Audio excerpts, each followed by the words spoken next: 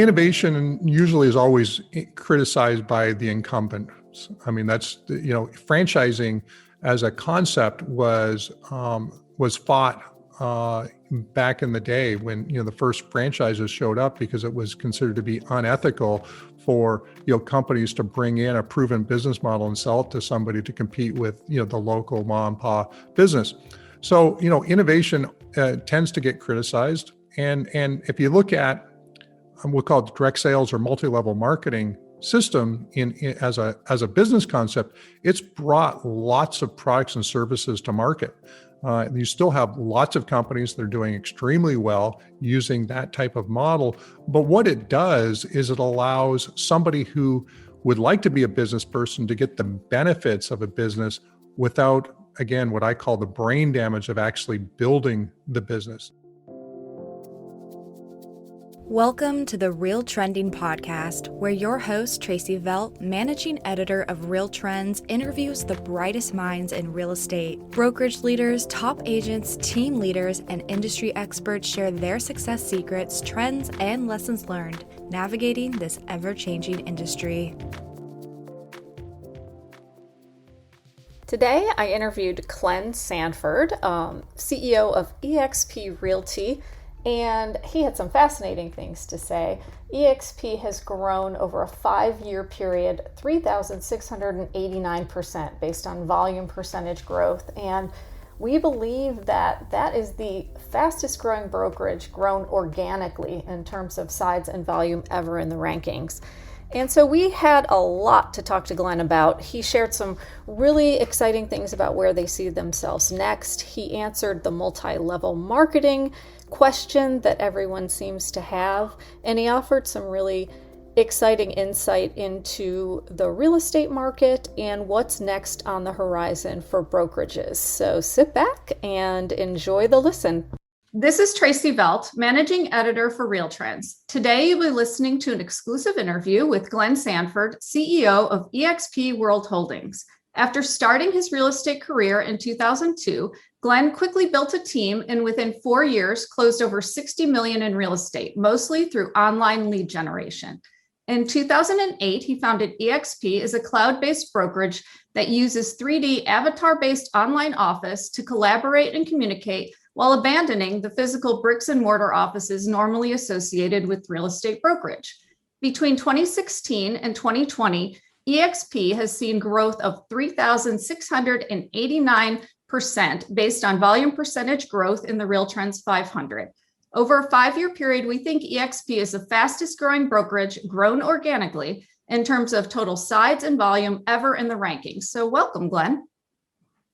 Hey, thanks, Tracy, for having me. Yeah, thanks for joining Real Trending. So I wanted to talk about your incredible growth. Talk to me a little bit about the strategies that you think really led to this growth. Yeah, so we actually founded eXp Realty actually in the fall of 2009, actually October 2009, and we did it at really at the bottom of the housing market. And what we really focused on at that point was, one, we couldn't afford offices, and then two, if we didn't have physical offices, what would be the set of ingredients that agents would need in order to be willing to untether from their current real estate brokerage? And of course, we looked at the fastest growing real estate brokerage at that point in time was Keller Williams, and that brand, of course, taken off through the 90s and through that period. So we looked at what they were doing with profit share. We kind of created something akin to revenue share. And then the next piece was really, how do agents become owners? That was something that eluded me as an agent at Prudential, and then Keller Williams. And I had asked for ownership, being a top producer, and it wasn't offered to me. So I figured, why don't we offer some sort of ownership component? So those have really been the two big strategies. I mean, obviously, being successful as a real estate professional allowed me as an individual to communicate effectively with top agents and brokers to really talk about the value prop. But since then, it's really, taken on a life of its own. And really, it's been sort of that combo of, revenue share and equity and a competitive split and cap system. So what do you think is the most unique part of your offering that contributed to growth? Do you feel like it's that revenue share? Certainly, that's been the big underlying driver to the growth. I mean, I'm not sure exactly what the number is today, but I think we've got, a dozen or so folks that, literally have, from helping eXp grow, they've grown a passive income stream of close to, if not over, like $1 million a year. And so, in terms of just the opportunity to build effectively something akin to an ownership interest in a brokerage without the brain damage of actually starting a brokerage, that's really what the eXp model has created. Okay. And so obviously, there are always impediments to growth. So what do you feel are the main impediments to your growth as a company?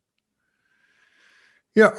Well, one is just the speed of growth. We almost, we were definitely skiing over our ski tips, especially 2016, 17, 18, and probably wasn't until like later mid 20, 2019 that we finally got our infrastructure in place such that we could actually handle the growth. And so that was probably one of our limiters. Also, another limiter to our growth is what we refer to as our, we use Net Promoter Score heavily across the board, and we'll see things when our Net Promoter Scores start to drop, close to 60. We definitely feel that we're missing the mark on our agent value proposition, so we go back and retool, and our goal is to always have that, if possible, above 70, because that tends to be a nice sweet spot where we're really hitting on all cylinders. But if we start to miss the mark on what agents are looking for in a brokerage, obviously that's going to be an impediment to growth. Yeah, that's a smart kind of thing to look at. And is like looking forward, where are you seeing the growth opportunities for your company? Well, right now, international is probably our new big focus. We were fortunate to be able to attract Michael Valdez over last year. He's been with us about 11 months now, and he had run a large international division for Realty, and so he's been helping us really grow out the international footprint of eXp. I mean, obviously, domestically in the U.S., we've got a pretty good percentage of the agent base, something like 3 to 4% of the agents, which means that one of every 25, 30 agents is actually an eXp agent, which is kind of an incredible number to think about. And so internationally, I think that's going to be our big growth opportunity. Okay. Yeah. I mean, the international market, well, it took maybe a little bit of a hit during the pandemic. I know in Florida, it really didn't slow down much at all. So, I mean, people are always wanting to get their money somewhere safer than the country that they're in, or invest in a business or something else here in the United States. So yeah, that's interesting. I wanted to talk to you about kind of your business model and where you feel like your ceiling might be. Do you think it's transferable to other businesses such as mortgage, title, and core services? Yeah. So the actual model that we've approached relative to agent compensation probably doesn't translate that well to these other service models. But I do think that operating as an entirely virtual company, I think, does transfer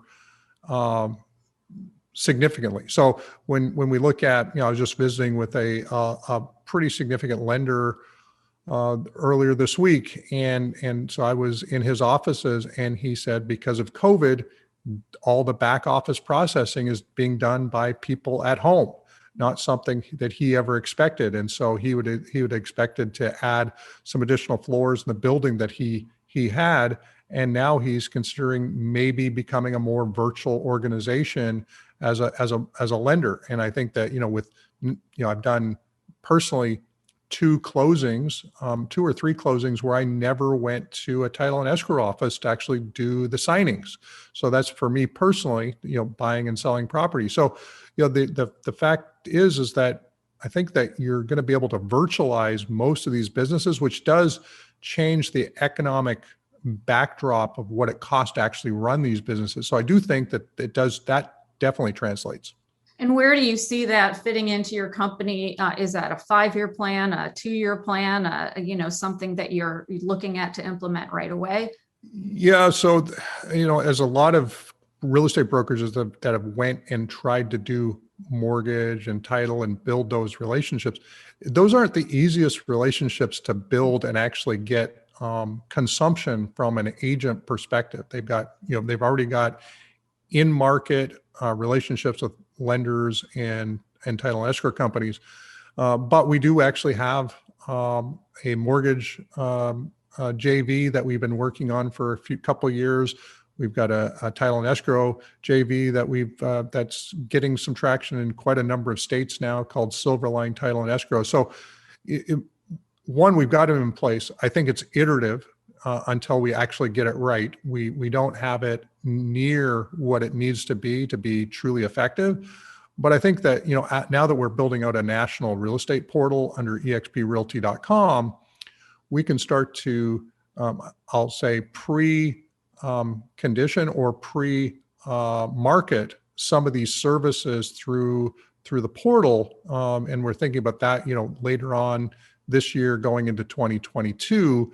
We think that, we'll be able to start to have, consumers come in pre-approved with a, partnership mortgage company, or understanding the title and escrow process such that they've already conditioned to maybe use a in-house title and escrow offering. So it's very iterative. We definitely haven't figured that out yet, but it's something we think is pretty important for the future.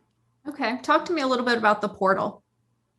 Yeah. So, we're, as one brokerage operating in all 50 US states, it gives us certain advantages that most brokerages don't have, because they're a franchise. They don't have, access to MLS data in multiple markets at the brokerage level.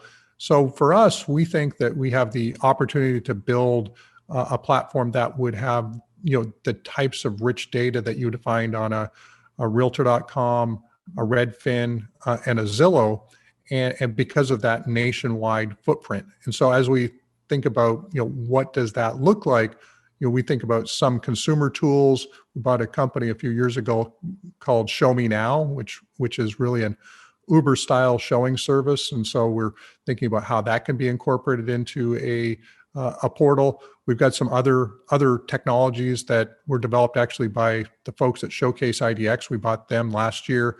They had developed some technology in previous iterations that we think are actually worth bringing back to what we're doing. So that it wasn't really akin to an individual agent's website, which is where they were specializing before. But for a national real estate brokerage portal, there's some cool things that should make the site somewhat sticky to consumers.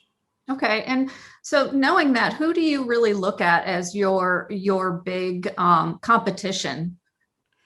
Yeah, well, I think for us, our big competition would really be to continue make sure that we understand what Zillow's doing, quite frankly. I mean, I'm looking at my news feed, and I see ads where they've got, Zillow real estate signs in front of homes. And as much as Zillow says they're not going to become a brokerage, they certainly are creating a lot of marketing that makes them look like a brokerage.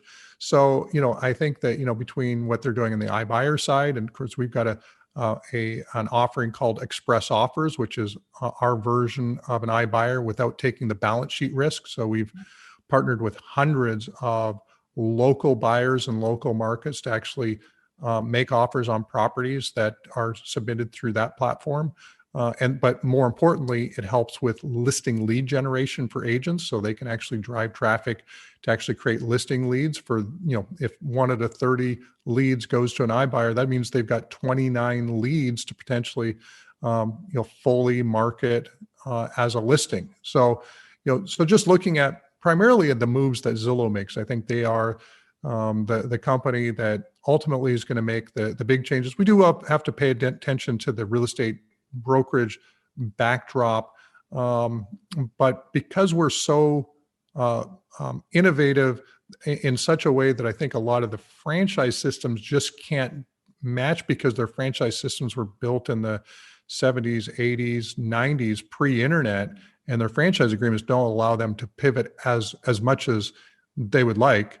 I think that we're not focused as much there. We're more focused on what is Zillow doing, what is maybe what Redfin's doing, but Zillow would be sort of the main one. Yeah. Everybody's afraid of Zillow. That's Yeah. for sure. So, your business model has been called a multi-level marketing by critics, and because you're built on agents recruiting other agents and getting paid handsomely for doing so.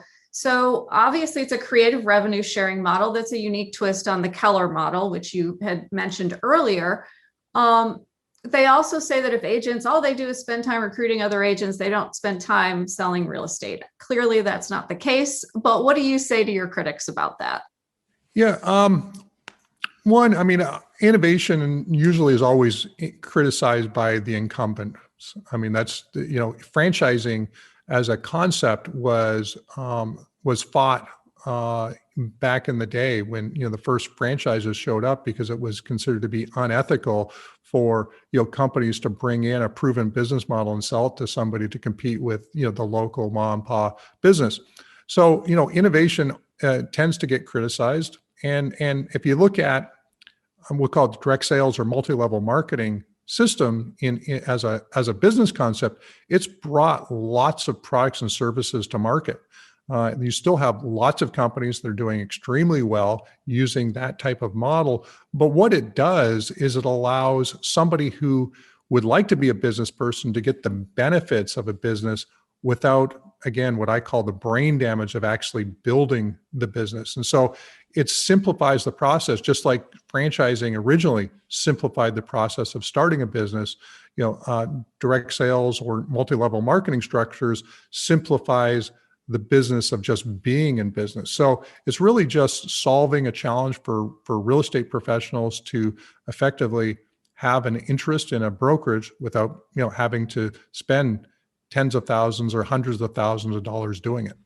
And why do you think more brokerages don't do this? I mean, obviously Keller bases it on company profits, but you really don't have a lot of the other brokerages with this type of program. Why do you think that is? I think partially because, there is a general dislike of a network marketing or multi-level marketing model, especially if you've built a more traditional business. And I think that's probably the big thing is just the backdrop of, well, first of all, I think the other piece is that it doesn't work in a traditional model. Keller obviously proved it up with profit share, but that fixed expense model with bricks and mortar makes it really tough for brokerages to offer something similar, because it would effectively just increase their costs on top of their bricks and mortar expense. So you've got to eliminate something from your cost structure in order to do it. And I think we've kind of got it at perfect timing. Housing market was crashing. Technology had finally got to a point where high-speed internet was fairly ubiquitous. And so for us, I think we got pretty lucky on just the timing of it, because I don't think we could have done this model, 6 or 7 years earlier. And of course now, eXp's existed for 11 years. Starting one now, you're going to be playing catch up for quite a while. And now here's a brief word on Housing Wire's Housing News Podcast. Now more than ever, the housing industry is looking to its leaders for answers. That's why each week, the Housing News Podcast invites a new mortgage, fintech, or real estate executive to the show to provide its listeners with more perspective on the announcements and news stories crossing Housing Wire's news desk. Hosted by Sarah Wheeler and produced by Alcina Lloyd, the Housing News Podcast is now available on iTunes, Spotify, Apple, Google Podcasts, and more. Yeah, definitely. And obviously the bricks and mortar costs are huge, and a lot during the pandemic, a lot of brokerages realized how much they need to streamline that.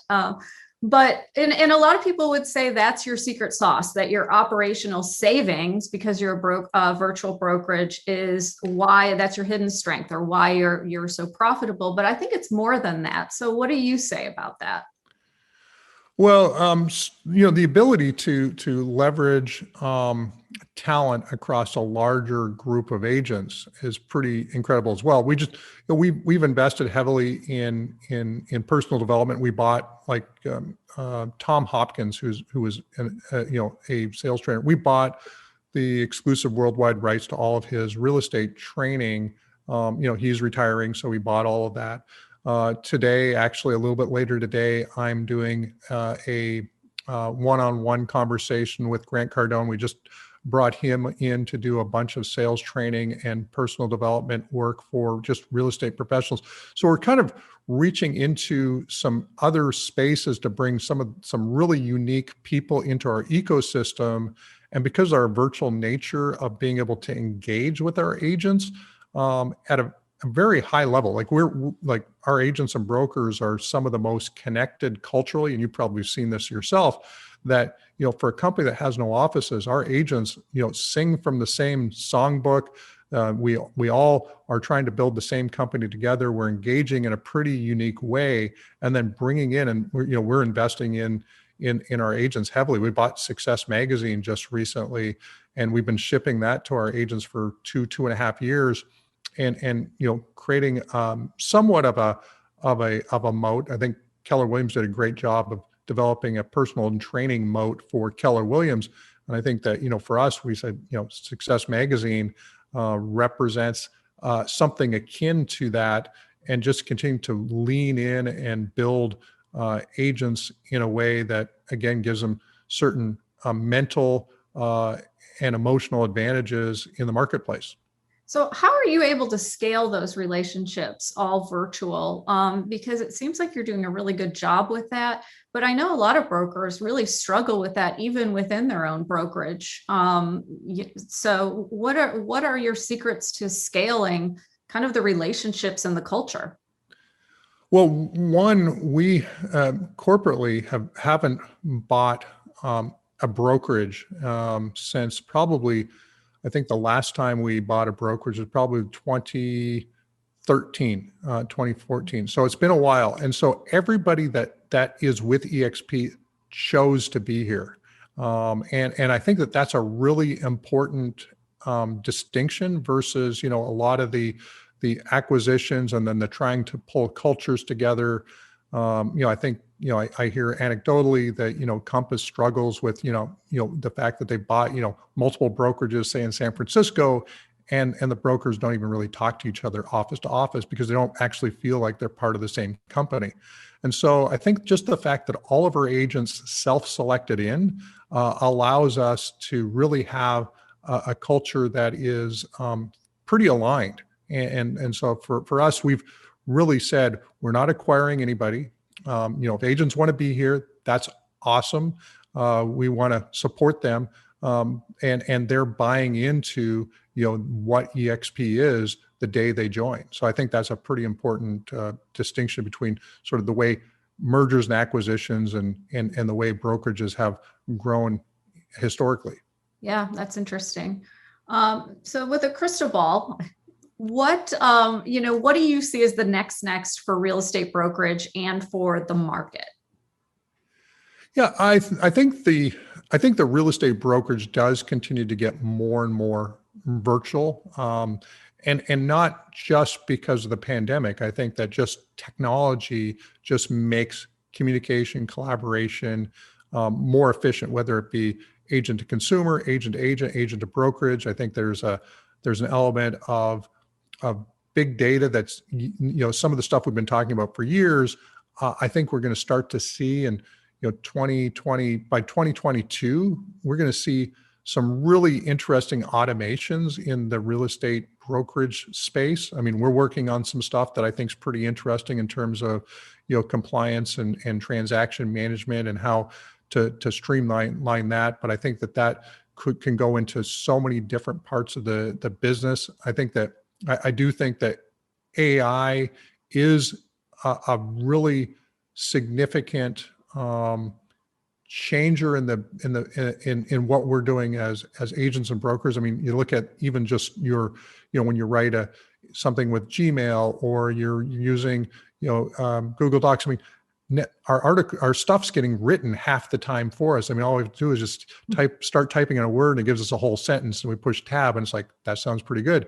And you just sort of think about how all this automation will start to really play a role in our business as we go along. I don't think that the agent consumer relationship changes that much. I think that the consumer's still going to want somebody they know, like, and trust to help them with the biggest purchases and the biggest transactions of their life, because they do it so few times in their lifetime. But I think that a lot of the communication and collaboration will definitely get streamlined with technology. Yeah, definitely. And then, obviously a lot of brokerages are using technology as their differentiator, but I don't think that's a true differentiator, because eventually everyone will be on the same page with that. So what do you think about that as a differentiator? Well, I think it's the speed of adoption or speed of implementation that's going to be the real differentiator. And some people are going to get the right product mix, and so they're going to adopt the right product mix quickly. But there's a lot of shiny objects in the residential real estate business. I don't know how many companies there are that provide products and services. So you can also get the mix wrong. But if you get it right, I think it's about how fast can you get it in, and then how can you creatively use the cost savings that come with a lot of these technologies to then enhance the agent value proposition. And I think that's really been our secret sauce, is how do we take this cost savings and turn it into an agent value proposition, whether it be obviously our rev share, our equity. You look at the fact that we've created a healthcare option for agents, which is pretty unique. It's hard for agents to get health insurance or something akin to health insurance at reasonable prices. And so how do you play with all these cost savings? How do you lean into things like personal development? We use tools like Workplace by Facebook, which is our own private Facebook, which I think is an incredibly powerful engagement tool that again creates a fair bit of alignment. But I think it's really about how fast can you recognize that something is truly going to be a game changer, and then once you recognize it to be a game changer or a potential game changer, how fast are you implementing? Because I think that's what's going to set brokerages apart from other brokerages.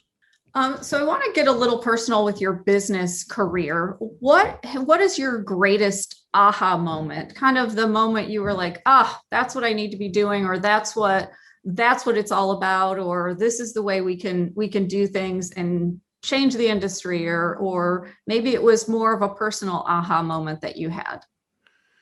Yeah, so I think one of the big aha moments for me was the value of taking the long road to success. Meaning, there's always ways to sort of try to make money quickly, and I think we all get excited about, hey, we do this, we could make X in a fairly short period of time. But then you then do the next question, which is, well, but where is the industry really going? What does this look like? Like in 2009, there were 2009, 2010, 2011, 2012. I mean, eXp didn't make money. Like we fundamentally were having to put money in, and we had to believe that this thing actually made sense over the long haul to kind of weather that storm. And so the benefits that come with taking the long view, if you get it right, way outweigh the benefits of trying to generate shorter term income. And so that for me was probably the thing that, especially this last year, just the fact of where we ended up in 2020 and now 2021, I didn't even imagine this level of success back in even in 2009, 10, 11. So we've outstripped it, but it really was about making the right decisions for the right reasons and sticking over the long haul, even though it was maybe not popular or well understood. The other thing I think is that if you've got really, really unique ideas, and meaning that you're really trying to change the business, to some extent, it's better to bring in generalists than specialists. So, in real estate brokerage, if you bring in specialists who have lots of historical success in the residential real estate business, they'll try to build the old model. And so I fought with, a few people that I brought in a fairly senior role to help us build eXp over the years. And the specialists were more harmful than beneficial in a lot of respects. There were some benefits, so don't get me wrong, but it was very difficult to build the new model because they wanted to go back to bricks and mortar, or they'd say you can't do this or that for whatever reason because of some legacy reason that does no longer exist in the marketplace.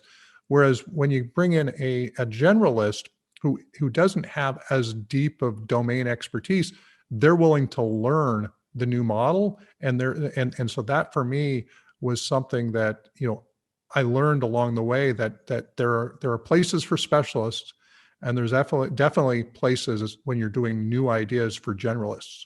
Yeah, that's a great piece of advice. Really interesting. So my last question is just, what does the future hold for eXp? Well, we refer to ourselves as the most agent-centric real estate brokerage on the planet. I mean, and maybe that's why we had that incredible growth that you guys have recognized.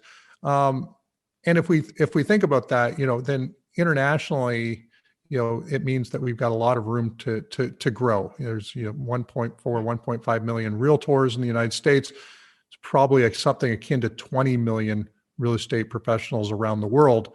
And so when we think about that, I think that eXp over the next few years is going to have a lot of international presence. I just got some stats yesterday. We've only been in Mexico and India for a few months, but in both markets we're almost up to 1,000 agents in both of those markets. And we just opened up Brazil and Portugal and France and Italy and a bunch of other countries. I think we're up to 13 or 14 countries. But I think the value proposition that we've developed in the United States is actually even more valued internationally, because internationally they don't have the benefits of an MLS, and so as a result, agents are to some extent very dependent on their brokerage for listings, and so most agents in most other countries outside the U.S. and Canada are on something more akin to a 50-50 split, maybe a 60-40 if it's very generous for an agent. But to have something that's a 75-25 or an 80-20 in their market, and then have the additional benefits of getting benefits from helping the brokerage and equity benefits, it's totally unheard of. Here we at least had Keller Williams to look at as a model. We had, Exit and some others that had played with different parts of the model, but internationally, nobody had anything really remotely like an eXp model. And so I think it's going to be a big game changer. I got a note that from our gentleman that's running Mexico, and he said that, that Mexico needed eXp because as a platform, we might be able to actually professionalize a industry that in Mexico it's not licensed in a traditional sense. It's very much of a free-for-all, but with a model like eXp, we might actually be able to help the industry when we think about going international. Yeah, that's really interesting. Well, I wish you the best of luck with all of your future endeavors. And I really appreciate you taking the time to speak with me on the Real Trending podcast. I just want to thank you. Awesome. Thanks, Tracy. Thank you for listening to Real Trending. For more insightful interviews with real estate executives, subscribe to our podcast on Apple Podcasts, Spotify, Google Podcasts, and more.